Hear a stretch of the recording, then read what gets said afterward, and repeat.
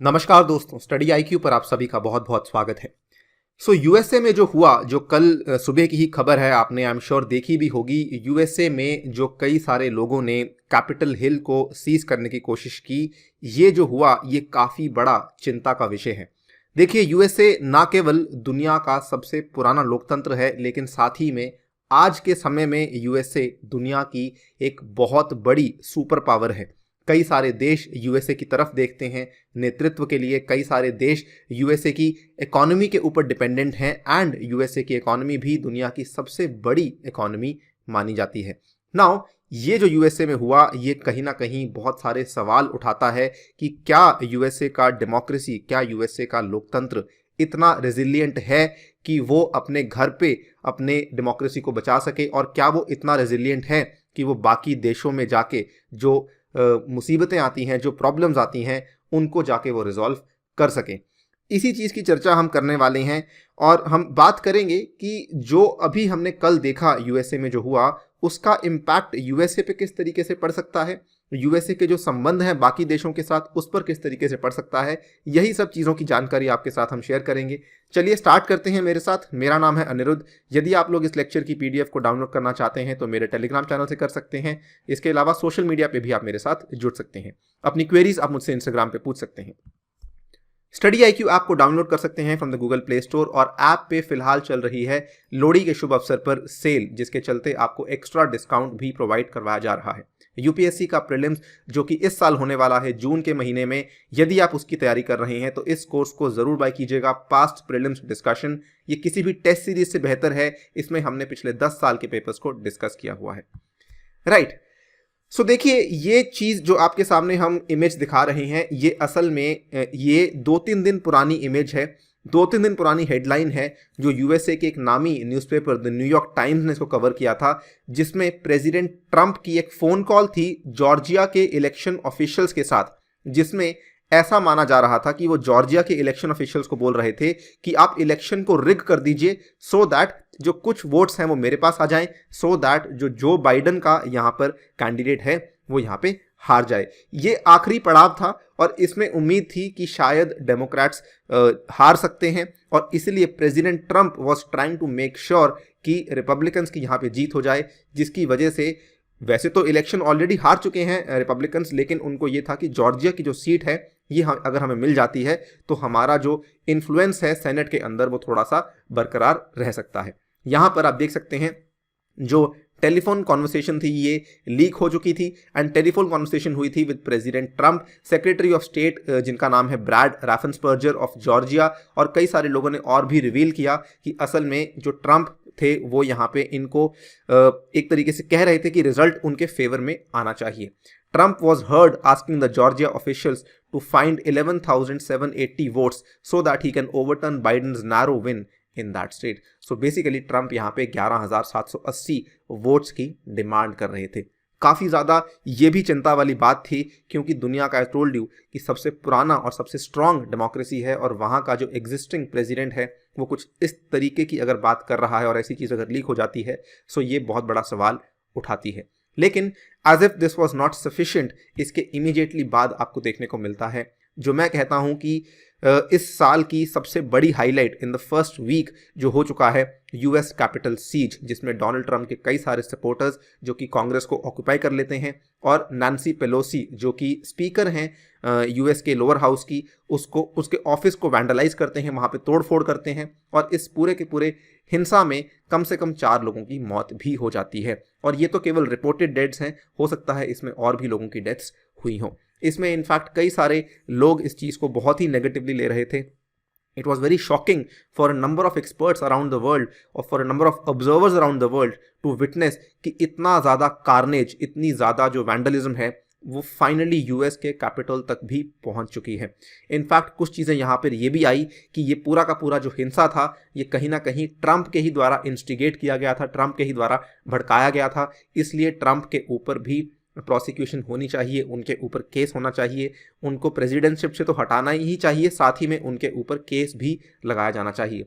On a separate note, Trump के Facebook और Instagram accounts को ब्लॉक कर दिया गया था for the rest of his term, और ये इमीडिएटली कर दिया गया था जैसे ही न्यूज़ सामने आई कि ये ट्रंप के सपोर्टर्स हैं जो कि जिन्होंने कैपिटल को सीज किया है। कुछ इमेजेस आपके सामने शेयर करने वाला हूं, ये आप देख सकते हैं, और ये इमेजेस बहुत ही ज़्यादा वायरल भी हो रही थी इंटरनेट पे। किस तरीके से ट्रंप के सपोर्टर्स ने यूएस की कैपिटल की बिल्डिंग को सीज किया, उसके अंदर जाके ट्रंप के अपने उन्होंने बैनर्स को लहराया एंड डिमांड कर रहे थे कि ट्रंप ही हमारे प्रेसिडेंट हैं और कोई हमारा प्रेसिडेंट नहीं बन सकता है।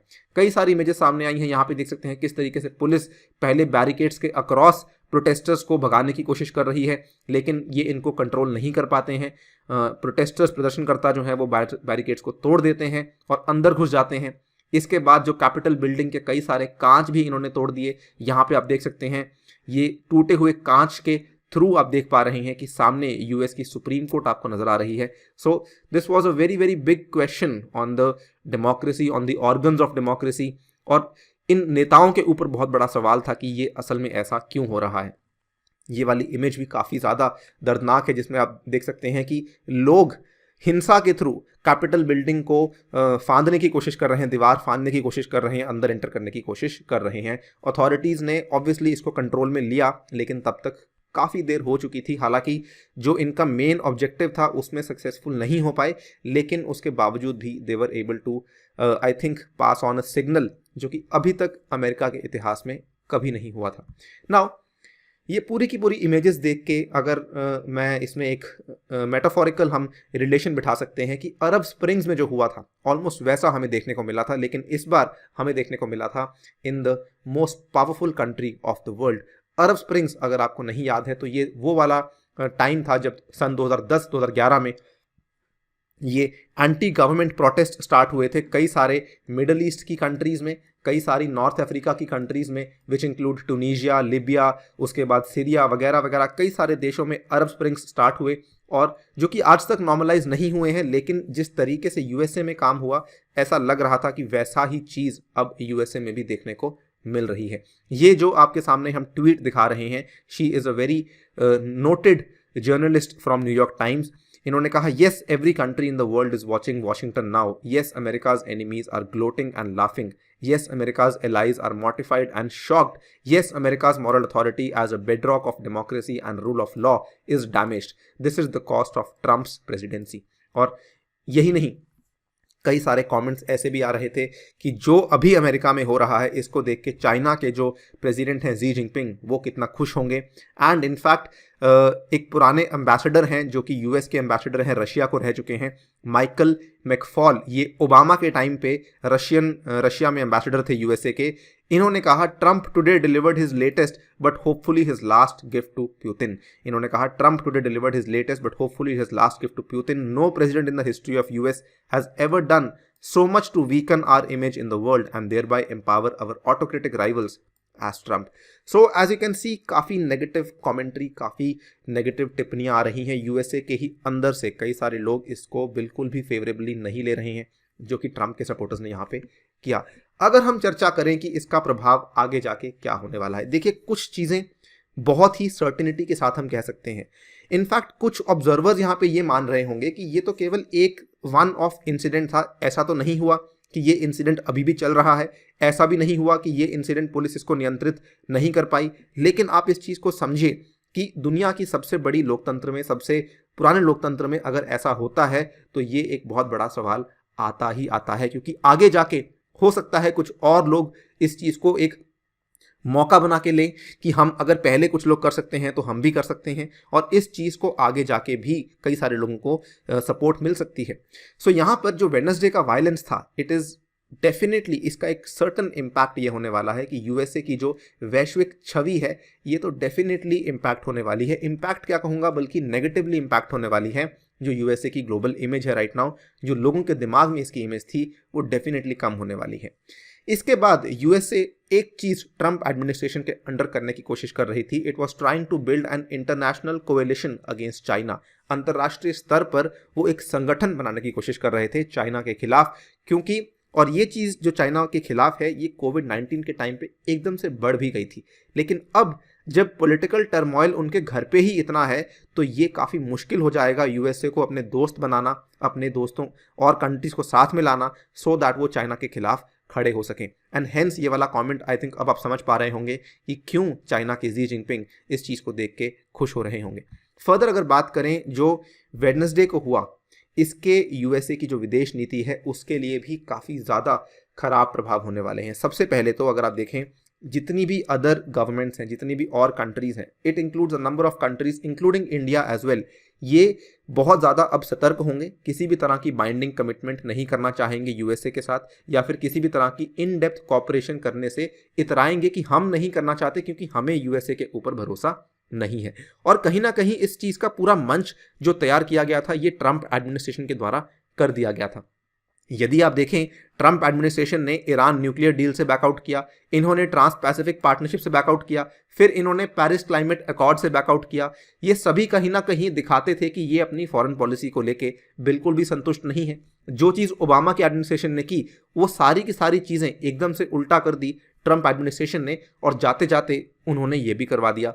तो ये कहीं ना कहीं रिफ्लेक्ट करता है कि इवन दो रिपब्लिकन्स अब पावर में आ चुके हैं ऑलमोस्ट, लेकिन उसके बावजूद भी ऐसी चीज़ों को हम प्रिवेंट नहीं कर पाए।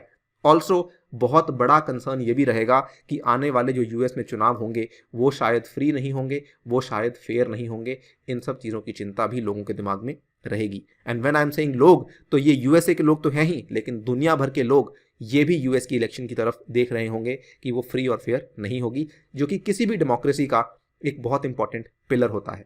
Further, not only this, it is very likely that countries will start to see the US as a risk factor in the international system rather than a stabilizer। और ये वो वाला चीज़ आती है कि आज तक अगर आप देखें दुनिया में जहाँ पर भी कोई संकट आता है, भले वो राजनीतिक संकट हो, भले वो गृह युद्ध का संकट हो, तो यूएसए अक्सर वहाँ पे जाके इंटरवेंशन करता है और ये आश्वासन जताता है कि हम आपकी मदद करने के लिए तैयार हैं। फिर भले वो इराक हो, फिर भले वो सीरिया हो, फिर भले हम बात करें नॉर्थ कोरिया जैसी कंट्रीज़ में भी यूएसए ने अपने ऊपर जिम्मेदारी उठाई कि हम नॉर्थ कोरिया को कंट्रोल कर सकते हैं। लेकिन आज की डेट में जब लोग इसको देखेंगे यूएसए को, तो वो सोचेंगे कि ये इंटरनेशनल सिस्टम में एक स्टेबलाइजर की तरह काम नहीं कर सकता, बल्कि ये हमारे जोखिम को और बढ़ा सकता है। एक सुपर पावर बनना तो मुश्किल है ही, लेकिन एक सुपर पावर को मेंटेन करना अपने स्टेटस को, वो भी बहुत मुश्किल होता है। और ये भी अगेन कहीं ना कहीं जिस तरीके से ट्रंप के प्रशासन ने पिछले कुछ 4 सालों में जिस तरीके से ईरान हुआ, नॉर्थ कोरिया हुआ या फिर चाइना हुआ, जिस तरीके से इनके साथ इनके संबंध डिस्टेबलाइज होते आए हैं, ये इस चीज़ का एक बहुत इंपॉर्टेंट उदाहरण है जो कि बताता है कि यूएसए इस चीज़ को लेके ज़्यादा अच्छे से काम नहीं कर पा रहा है। नॉर्थ कोरिया के साथ इन्होंने डील करी, लेकिन उसके बाद बैकआउट कर गए। चाइना के साथ पहले ट्रेड डील की, उसके बाद चाइना के साथ ट्रेड डील से भी बैकआउट कर गए। ईरान के साथ पहले कुछ प्रॉमिसेस किए एंड देन ईरान के साथ भी बैकआउट कर गए। और आज माना जाता है कि अगर जो बड़ा युद्ध होने वाला है वो ईरान और यूएसए के बीच में हो सकता है। ये सभी चीज़ें कहीं ना कहीं रिफ्लेक्ट करती हैं कि यूएसए इस चीज़ को लेके ज़्यादा एक स्टेबलाइजर की तरह काम नहीं कर सकता, बल्कि वो इंटरनेशनल रिलेशंस में एक रिस्क फैक्टर की तरह बनके खड़ा हो चुका है। And this is all because of one incident. आप इस चीज़ को अगर दोबारा से सोचें कि ये एक इंसिडेंट यूएसए की इमेज को कितना ज़्यादा खराब कर सकता है। और अब जाते जाते मैं आपके सामने कुछ बड़े सवाल पोज करना चाहता हूँ, और ये सवाल ऐसे हैं जो दुनिया के कई सारे ऑब्जर्वर्स, कई सारे विशेषज्ञ इन सवालों को पूछ रहे हैं। सबसे पहला सवाल, क्या दुनिया का सबसे पुराना लोकतंत्र शांतिपूर्वक एक नेता से दूसरे नेता को सत्ता परिवर्तन करने में असमर्थ है? क्या ये पावर ट्रांजिशन आसानी से नहीं हो सकता है? इंडिया में होता आया है और कई सारी डेमोक्रेसीज में होता आया है, लेकिन यूएसए में क्यों नहीं हुआ?